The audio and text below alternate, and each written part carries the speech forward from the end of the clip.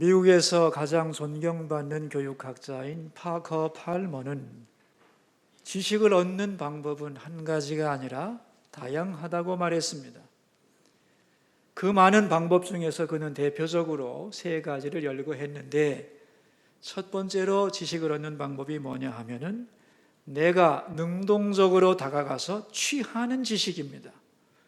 책을 펴서 읽거나 정보를 수집하거나 실험을 해서 이것은 이런 것이구나 하고 결론을 내리는 거죠.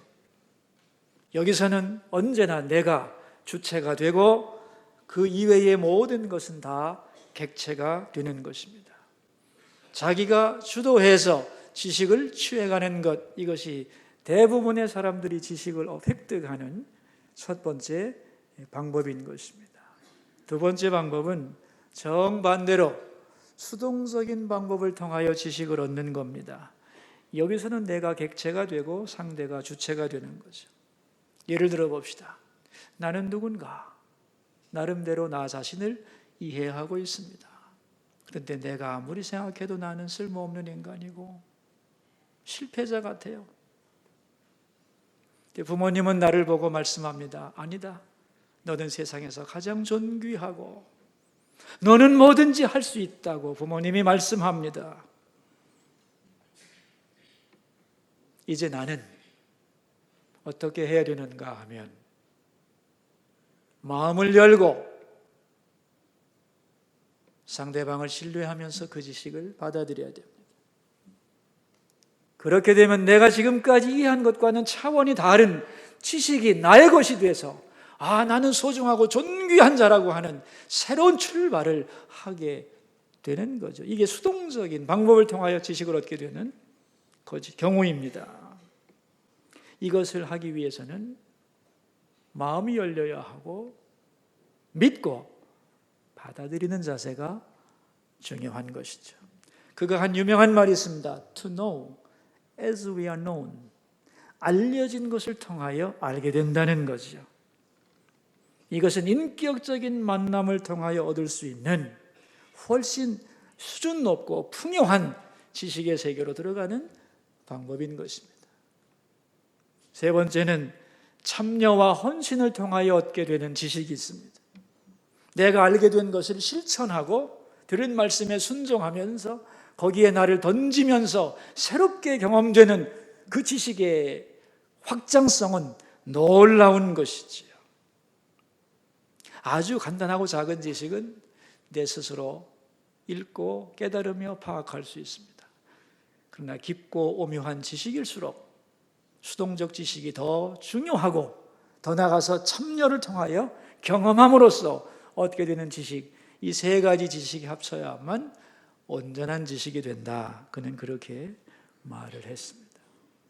한국 사람의 오류 중에 하나가 뭐냐면은 자기가 책을 읽으면 다 이해했다고 생각하는데, 이렇게 자기중심적 지식이해는 지식의 전체의 많아야 15%를 넘지 못하는 지극히 일부분인 것이죠.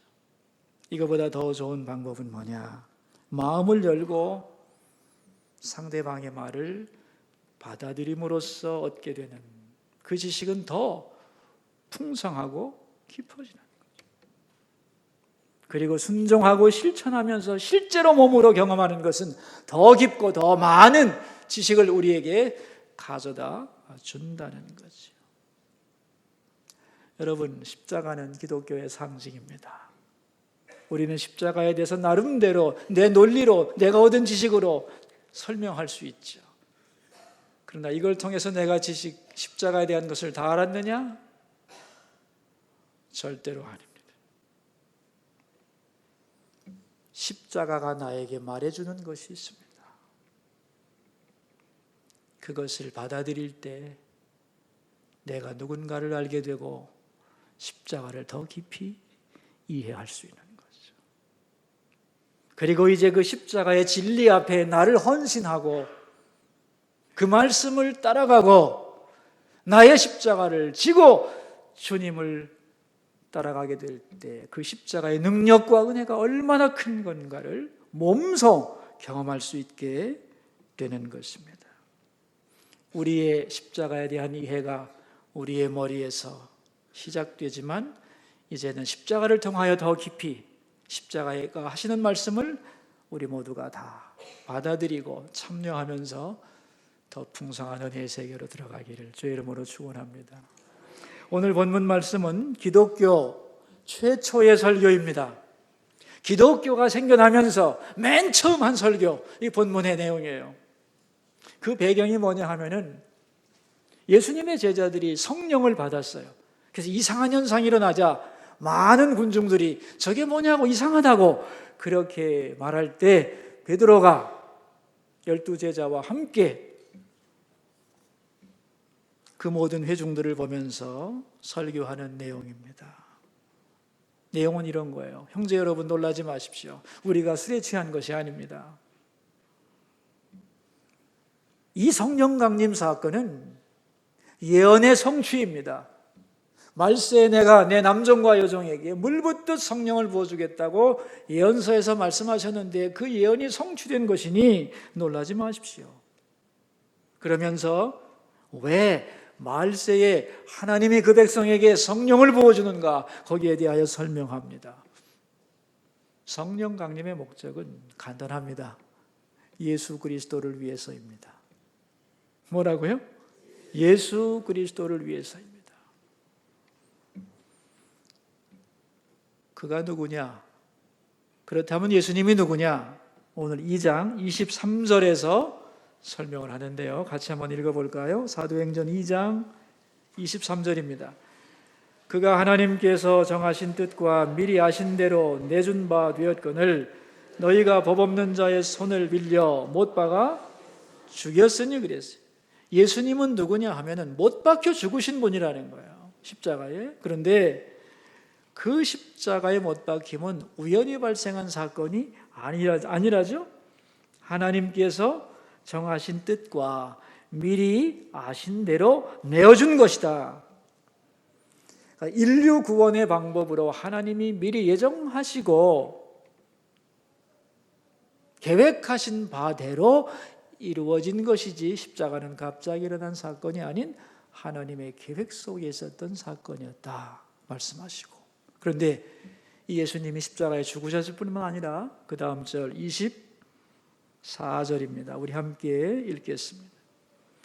하나님께서 그를 사망의 고통에서 풀어 살리셨으니 이는 그가 사망에 매어 있을 수 없었습니다. 예수님은 또한 부활했다는 거예요. 그런데 이 부활도 어쩌다 생겨난 사건이 아니고 예언의 성취라는 것입니다. 그게 27절인데요. 같이 한번 읽죠. 이는 내 영혼을 음부에 버리지 아니하시며 주의 거룩한 자로 썩음을 당하지 않게 하실 것이미로다. 다윗이 시편에서 메시아를 향한 예언을 하면서 그의 몸이 죽어도 썩지 않을 것이다 라고 예언했던 그 예언이 성취되어서 예수님이 십자가에 죽고 부활하셨다는 것을 설명하고 있습니다. 자, 이렇게 예수님이 죽고 부활하셨는데 저와 여러분 모두가 이 사건을 눈으로 보고 경험한 증인들입니다. 그러면서 성령을 왜 주셨는가 하면은 이 예수님의 십자가에 못 박힌 사건과 부활한 사건을 믿고 받아들이고 온 세상에 전하라고 성령이 임한 것입니다 라고 베드로는 선포합니다. 그리고 이제 사건을 설명한 후에 적용을 하는데요. 그렇다면 이렇게 부활하신 우리가 땅 끝까지 전해야 될 그 주인공인 예수님을 누가 죽였느냐? 예수님을 누가 죽였는가? 베드로는 질문합니다. 여러분, 우리 이 자리에서 그럼 우리도 한번 대답해 보죠. 예수님을 누가 죽였나요? 예수님을 십자가에 못 박은 것은 로마의 군병들이죠. 예수님을 십자가에 못 박으라고 외치고 고발해서 죽도록 만든 사람은 유대교 지도자들입니다. 그런가 하면 군중의 여론에 밀려서 죄 없음을 알면서도 그를 십자가에 못 박으라고 사형 언도를 내린 사람은 로마의 총독 빌라도죠. 많은 사람들이 예수님을 죽이는 일에 직접 관여했습니다. 그런데 오늘 성경의 말씀은 십자가에 못 박은 자가 누구냐? 36절입니다. 읽습니다. 그런즉 이스라엘 온 집은 확실히 알지니 너희가 십자가에 못 박은 이 예수를 하나님이 주와 그리스도가 되게 하셨느니라 하니라. 누가 못 박았대요? 여러분이요. 바로 당신이 예수님을 십자가에 못 박은 장본인입니다. 이 말을 들으면서 놀라운 일이 벌어졌습니다. 37절입니다. 읽겠습니다. 그들이 이 말을 듣고 마음에 찔려 베드로와 다른 사도들에게 물어 이르되 형제들아 우리가 어찌할꼬 하거늘 그 말을 들으면서 가슴이 찔려서 어찌하면 좋은가 하고 외쳤다는 거죠. 어떻게 이런 일이 일어날 수 있죠, 여러분? 바로 여러분이 예수를 십자가에 못 박았습니다. 그러면은 내가 언제 못 박았어? 내가 언제 못 박았어? 말도 안 되는 소리지. 이렇게 반발을 해야 될 거 아닙니까? 그런데 맞습니다. 바로 내가 예수님을 십자가에 못 박았습니다 하고 자기 죄를 인정합니다. 여러분, 어떻게 이런 일이 일어날 수 있냐는 거예요. 자, 이제 우리들에게로 적용을 해봅시다. 예수님의 십자가 사건은 2000년 전에 발생한 사건이죠.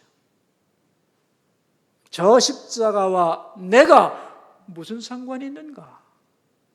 여러분, 무슨 상관이 있죠? 아니, 상관이 진짜 있는 겁니까? 없는 겁니까? 여러분의 자녀가 아빠, 예수님이 옛날에 십자가에 죽으셨는데 그게 나하고 무슨 상관이에요? 라고 물으면 여러분 어떻게 대답하시겠어요? 십자가 사건이라는 게 말이지 옛날 로마 시대에 있었던 것인데 유대인 중에 예수라는 분이 처형당한 거야. 근데 그분이 괜찮은 사람이었는데 좀 억울하게 죽었대지. 그거죠 뭐. 그래서 어쩌자는 거예요 나하고. 예수님의 십자가 사건과 나와는 아무 상관이 없다. 이것이 십자가와 보통 사람들의 관계입니다. 그들에게 십자가 사건은 역사적이고 객관적인 사건에 불과한 거죠.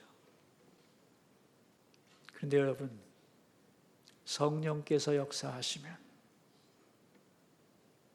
그 사건이 바로 나의 사건이 되는 거죠. 그 사건이 나를 위한 사건으로 변하는 겁니다. 성경이 그렇게 예언했고 예수님은 말씀대로 십자가에 죽으셨고 그것은 죄인인 나를 구원하기 위한 하나님의 은혜의 사건이었다고 믿고 받아들이게 하는 거죠. 그래서 성령의 사역이 뭐냐 하면은 객관적 사건을 주관적 사건으로 만드는 것입니다. 뭐라고 했죠 제가? 객관적 사건을 주관적 사건으로 바꾸는 거예요. 객관적 사건이란 겉으로 드러난 역사적인 사실에 대하여 자세하게 설명할 수 있고 다 논쟁할 수 있죠. 그러나 주관적 사건으로 받는다는 것은 그 사건을 나를 위한 사건, 나를 위해 예수님이 죽으셨다고 믿고 받아들이게 하는 게 주관적인 사건이죠.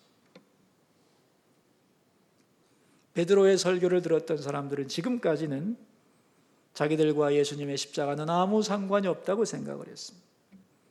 그런데 말씀을 듣는 가운데 성령이 그들 가운데 임하면서 그것이 바로 나를 위한 사건이요 내가 그 사건의 주인공이 되었다는 사실을 깨닫게 된 거죠. 이게 성령의 역사인 거예요. 이걸 깨닫게 되자 가슴에 찔림을 받게 되고 바로 터져나온 소리가 어찌할까? 어찌할꼬? 이런 외침이 나왔던 것이죠. 그 외침을 들으면서 베드로가 대답합니다. 38절 읽겠습니다. 베드로가 이르되 너희가 회개하여 각각 예수 그리스도의 이름으로 세례를 받고 죄사함을 받으라. 그리하면 성령의 선물을 받으리니 그랬어요. 먼저 회개하라고 그랬어요. 여러분, 회개라고 하는 게 뭐죠? 가던 길을 멈추고 다시 유턴해서 돌이키는 거죠. 지금까지 예수 그리스도가 아닌 다른 것을 섬기고 자기의 힘으로 하나님께 의를 얻어 구원을 받겠다고 몸부림치던 사람이 그것에 잘못된 것을 포기하고 돌이켜서 예수님을 나의 구원자로 섬기고 오직 그분만 의지하고 나가겠다 하고 돌이키는 것이 바로 회개인 거죠.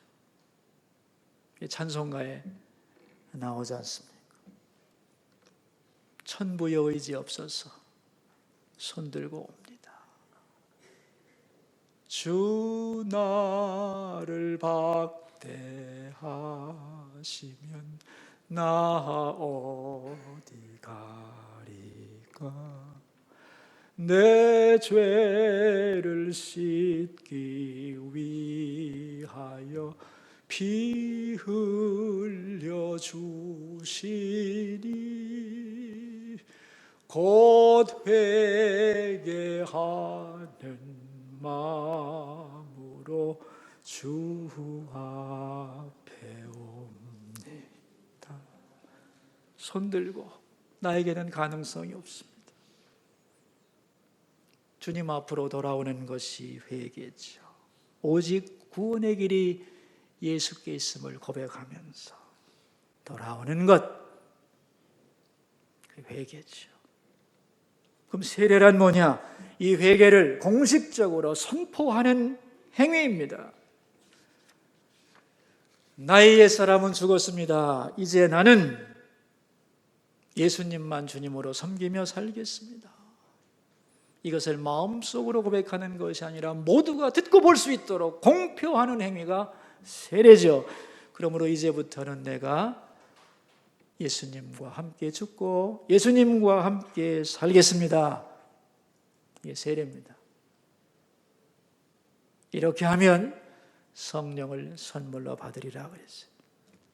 여러분, 여기서 오해가 없기를 바라요. 우리는 항상 이렇게 순서를 나눠서 오늘 본문을 보자면 회개하고 그 다음에 세례를 받고 그 다음에 성령이 온다 그렇게 생각하는데 그렇지 않습니다. 이건 동시적인 사건이에요. 사실은 성령께서 내 마음을 깨닫게 하셔야만 내가 죄인인 줄로 알게 되죠. 그래서 회개하게 되는 것이고, 그 감동을 내가 혼자 마음속에 간직하는 것이 아니라 선포하겠다고 해서 세례로 이어지는 것이에요. 그래서 고린도전서 12장 3절에서는 이렇게 말씀합니다. 성령으로 아니하고는 예수를 주시라고 할 수 없느니라 그랬어요. 예수님이 주님이시다 그리스도라고 하는 것은 성령의 역사가 없으면 불가능하다는 것이죠. 성령이 임하실 때 내가 죄인됨을 알고 십자가 사건이 나를 위한 사건이라는 것, 즉 십자가 사건과 나를 하나가 되게 하는 것이 성령의 역사요. 그래서 내가 죄인이요, 그래서 나는 회개받고 새 출발하고 싶다. 이게 성령의 역사라는 거죠. 베드로의 설교를 들었던 사람들은 지금까지 십자가를 어떻게 이해했느냐 하면은 사형도구라고 생각했어요. 사형도구 중에서도 어떻게 하면 인간을 가장 고통스럽게, 가장 비참하게 죽일 수 있는가, 인간의 모든 지혜를 다 짜내서 만든 잔인한 사형도구가 십자가예요. 그래서 십자가에 달린 자마다 저주를 받은 자라고 이스라엘 사람들은 이해했던 거예요. 그런데 성령을 받게 되자 그 십자가 사건이 나를 위한 것임을 깨닫게 되었어요. 그러면서 눈이 확 열립니다. 그러면서 깨닫게 된 것 세 가지가 있는데 그 세 가지를 가리켜서 뭐라고 부르느냐 하면은 십자가의 도 이렇게 부릅니다. 뭐라고 했죠? 십자가의 도. 나와는 상관없던 십자가가 아니라 십자가를 나의 사건으로 받아들이면서 깨닫게 되는 세 가지. 첫째가 뭐냐? 구약과 유대교의 모든 가르침은 예수님과 십자가를 위한 준비 과정이다. 예수님만이 진정으로 약속된 메시아라는 것, 그게 십자가의 도의 1번입니다. 구약의 모든 것이 어디를 향한다고요? 예수님과 십자가를 향하여 말하고 있다는 거예요. 두 번째, 예수님은 우리 위하여 십자가에 죽으셔서 제사를 완성시키셨다는 거예요. 그래서 그 예언을 완성시키고 율법이 끝났다. 이게 십자가의 도의 두 번째 내용입니다. 예언이 성취됐다. 세 번째, 그러므로 이제부터는 유대인과 이방인의 구별이 없이 모든 사람은 오직 그 사건을 믿음으로 하나님 앞에 구원받는다. 하나님의 자녀가 되는 것이다. 십자가 도의 세 번째 내용이에요. 이걸 성령 안에서 깨닫게 되는 거예요. 그러자 이제 모든 것이 선명해지기 시작합니다. 성경이 무엇을 말씀하고 있는지, 왜 구약 성경에서 그렇게 메시아를 보내겠다고 수없이 예언했는지, 그리고 왜 그분이 십자가에 죽어야 했는지, 그리고 어떻게 구원을 받는 건지, 내 힘이나 율법이 아닌 어린 양 예수 그리스도를 통하여 구원받고 하나님의 자녀가 된다는 사실이 선명하게 그들에게 이해가 됐다는 거죠. 그래서 39절입니다. 우리 같이 한번 읽어보죠. 이 약속은 너희와 너희 자녀와 모든 먼데 사람 곧 주 우리 하나님이 얼마든지 부르시는 자들에게 하신 것이라 하고, 누구든지 이 약속을 믿으면, 그리고 돌아오면 40절입니다.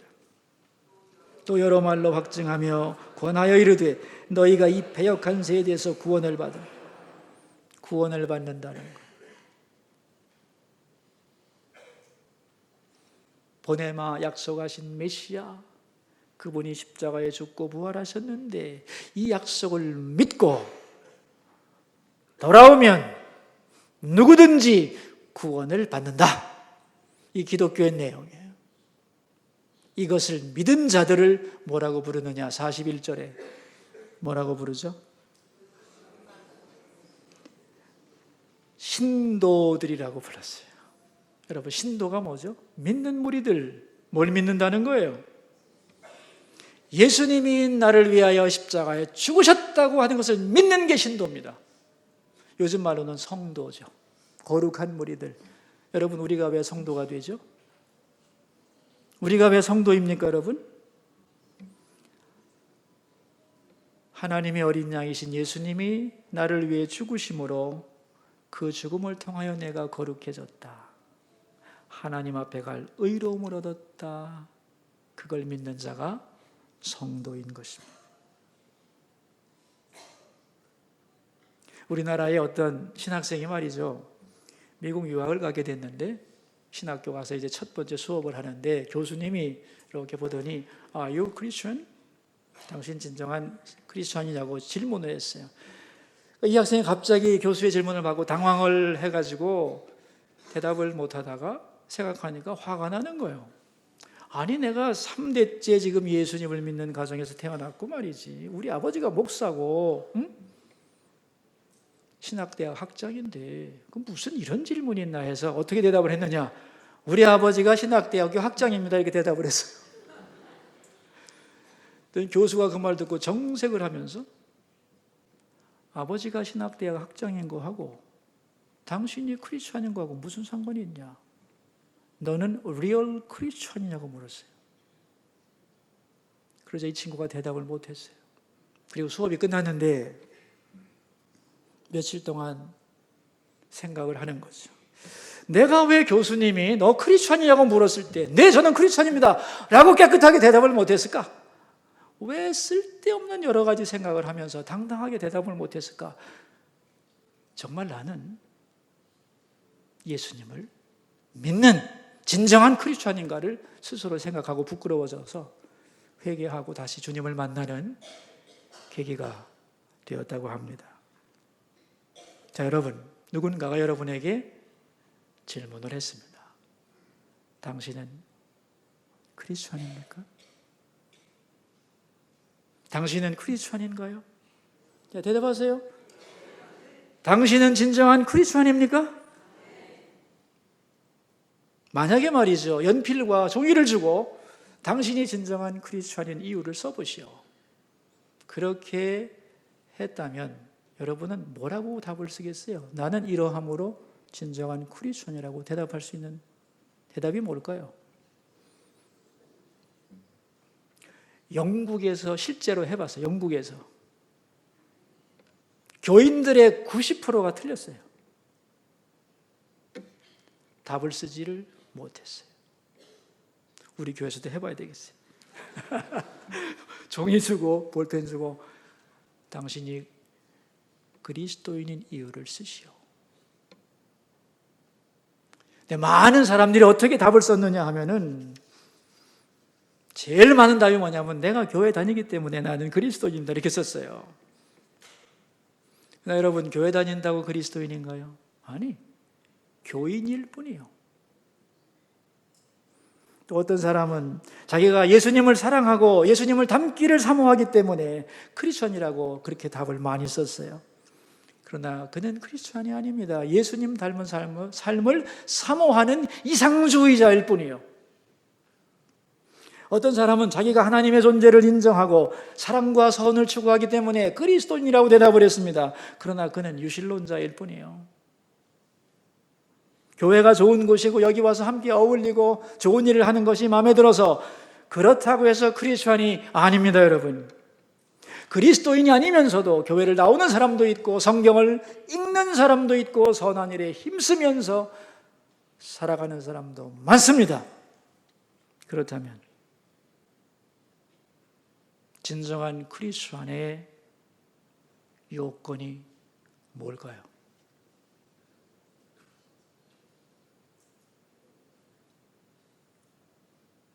무엇이 나를 진정한 그리스도인으로 확실하게 증명할 수 있을까?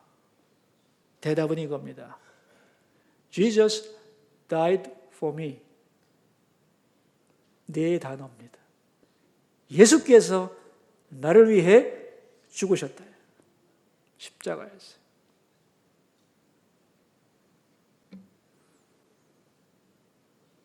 이제 대답할 수 있죠?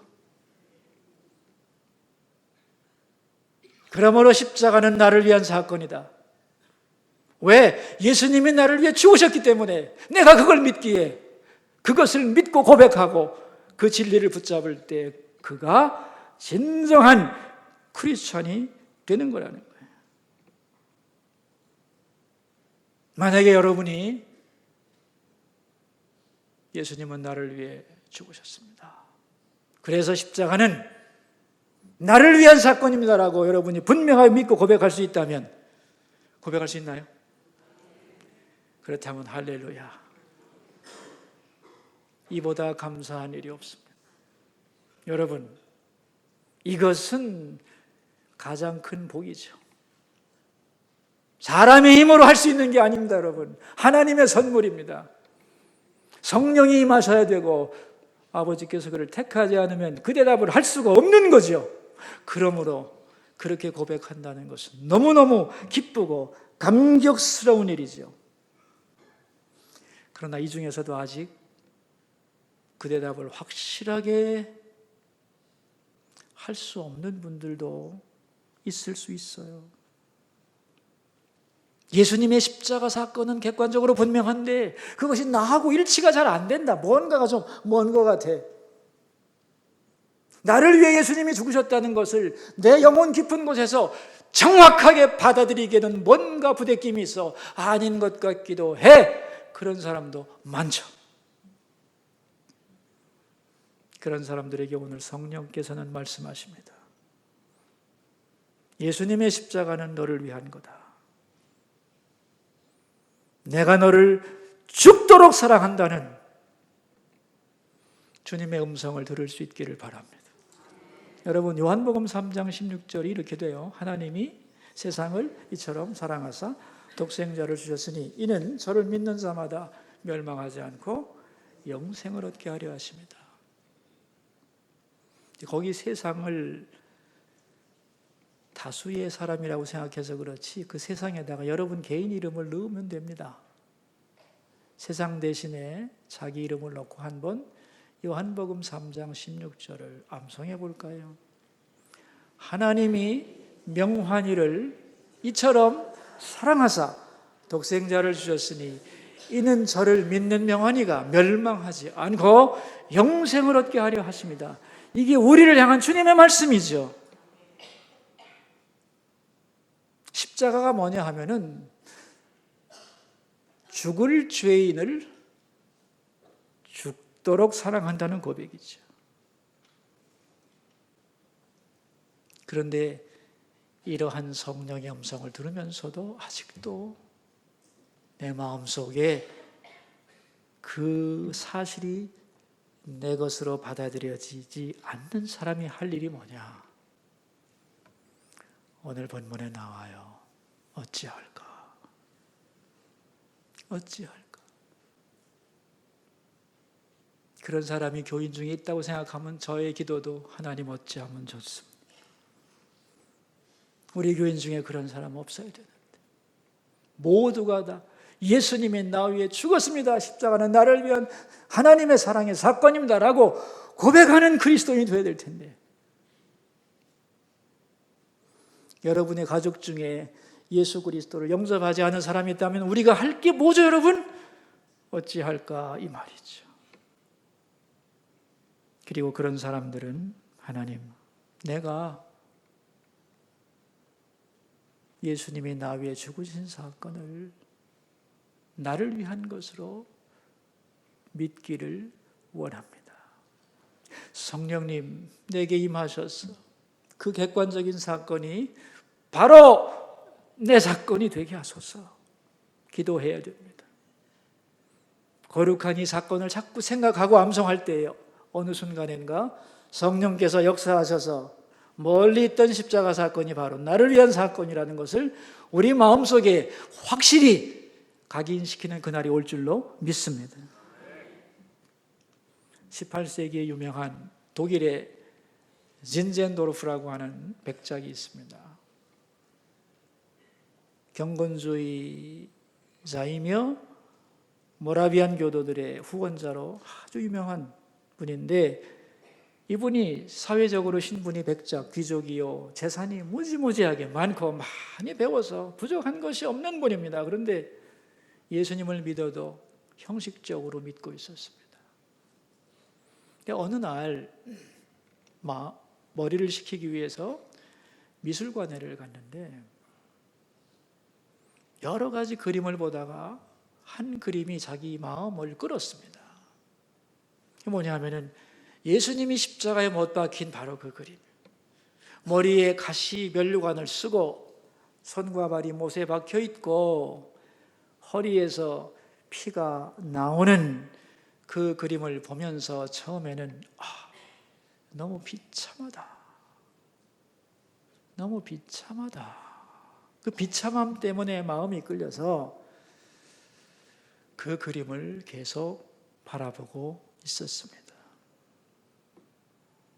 그런데 그 그림을 보는 중간에 이 사람의 눈이 열립니다. 그래서 옆구리에서 나오는 피의 그림이 직접 피가 흐르는 것으로 보이는 거예요. 그러면서 마음속에 음성이 들려왔어요. 내가 너를 위하여 십자가에 죽어 피를 흘렸다. 그 음성을 듣는 순간에 정말 자기와는 상관없다고 생각했던 그 십자가 사건이 나 개인을 위한 주님의 사랑이라는 것을 깨닫게 되고 너무너무 감격해서 그 자리에 엎드립니다. 주님은 나를 위해 십자가에 죽어 피 흘려 주셨습니다. 나는 그것을 믿습니다. 이제 내가 무엇을 해야 됩니까? 그리고 일어나서 180도 변한 삶으로 새 출발을 합니다. 그림 보다가 거듭난 사람.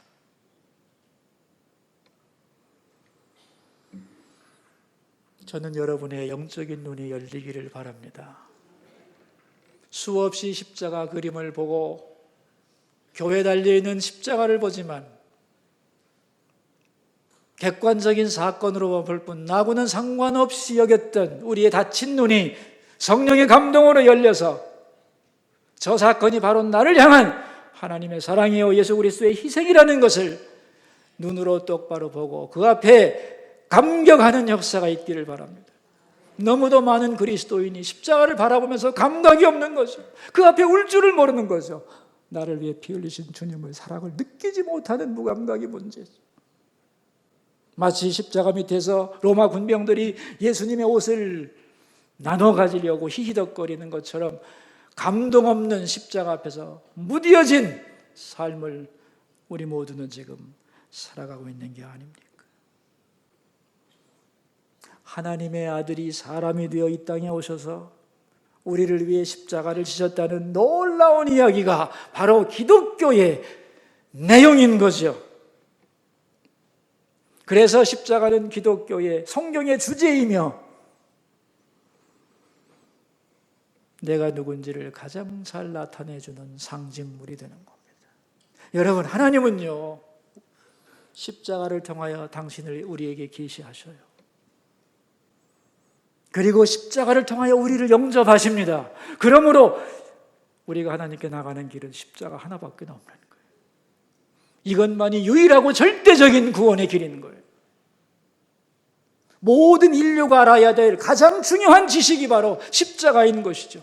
왜? 이 십자가를 알고 믿으면 구원을 받고 하나님의 자녀가 되어 영생을 얻고 그렇지 못하면 지옥 갑니다. 그만큼 우리 삶에서 영원을 판가름하는 절대 지식이 바로 십자가라는 거죠. 그런데 너무도 많은 사람이 그것이 나와 상관없는 것으로 알고 살아가는 것이 이 시대의 비극 아닙니까? 그래서 십자가의 이야기는 가장 중요한, 가장 커다란, 가장 감격적인 The True Big Story가 되는 거죠. 그래서 정말 이 스토리, 이 이야기의 감격을 아는 사람은 그 이외의 이 세상의 모든 스토리가 사실은 그 앞에서 빛을 잃게 되는 거죠. 더 중요한 것은 그 위대한 이야기의 주인공이 바로 나라는 사실이죠. 이게 기독교의 복음인 것입니다. 오늘도 십자가는 우리에게 말씀합니다. 너는 죄인이라고. 네가 십자가에 예수님을 못 박은 죄인이라고. 그런데 나는 너를 위해 죽을 수 있다고. 죽을 수밖에 없는 죄인을 향한 죽도록 사랑하신 고백이 십자가입니다. 십자가를 바라보면서 그 은혜 안으로 들어가서 진정한 그리스도인으로 살아갈 수 있기를 주의 이름으로 축원합니다. 기도하겠습니다. 우리 세 가지 기도 제목을 가지고 주님 앞으로 나가겠습니다. 첫 번째 기도 제목입니다.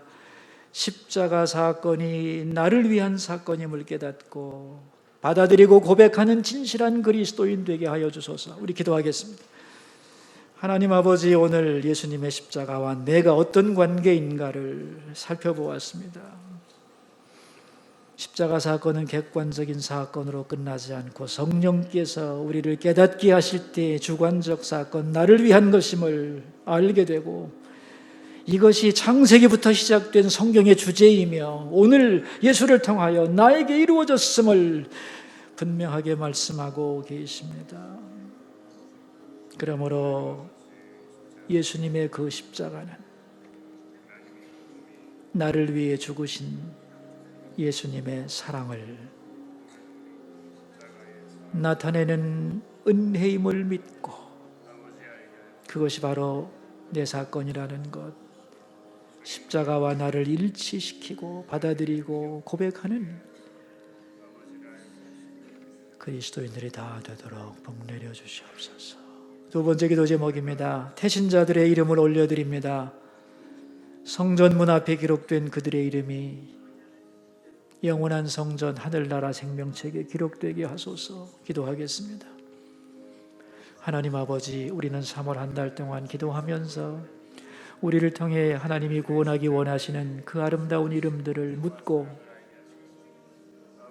이름을 적어 주님 앞에 올려드렸습니다. 이 땅에 한 성전 문 앞에 기록된 이름으로 그들의 이름이 끝나지 않고 영원한 성전 하나님의 천국에 그 생명책에 기록된 아름다운 이름이 되기를 기도합니다. 이제 이름을 올려드렸사오니 그들과 만나기를 힘쓰고 그들을 성전으로 인도하고 또 성령께서 그들에게 역사하셔서 십자가 사건이 바로 그들 개인의 것을 위한 사건임을 그들이 깨닫는 은혜가 있게 하여 주셔서 그들도 우리처럼 하나님의 자녀가 되고 영원한 생명을 얻는 행복한 사람들 되게 하여 주시옵소서. 세 번째 기도 제목입니다. 우리나라의 안전과 한국 교회를 위해 기도하겠습니다. 하나님 이 나라 대한민국을 붙들어 주소서. 우리는 지금 흔들리고 있사오며 분열되고 있사오며 방향을 잃어가고 있습니다. 주의 편팔과 강한 손으로 이 나라를 붙드시고 외교와 안전과 경제와 이 모든 갈라진 의견들과 이 나라 전체를 치료해 주시기를 기도합니다. 다시 힘을 모으고 다시 새롭게 미래를 향하여 나갈 수 있도록 우리를 새롭게 해 주시고 이 땅의 교회들이 예수님의 십자가 바로 전하게 하시고 오늘도 예배드리는 모든 성도들마다 예수님이 나를 위해 죽으셨다. 십자가는 나를 위한 사건임을 분명히 고백하는 그리스도인들이 다 되도록 복을 내려 주옵소서. 살아계신 하나님, 하나님이 만세전부터 우리를 구원하시기 위하여 메시아를 보내시고 그 예수 그리스도를 십자가에 못 박혀 죽게 하심으로 우리를 향한 하나님의 사랑을 확증하셨습니다.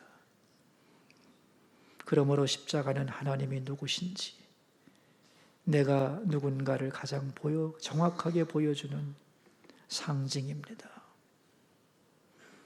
이 십자가를 통하여 죽을 죄인을 죽도록 사랑하신 하나님의 은혜 앞에 서게 하옵소서. 십자가를 통하지 않고 하나님께 나가는 길이 없습니다. 그러므로 십자가는 구원의 유일한 길입니다. 원하오니 우리가 십자가를 나의 것으로 받아들였다면 감사하게 하시고 이제 더욱 그 십자가 튼튼히 붙잡고 믿음으로 승리하는 삶을 살아가게 하옵소서.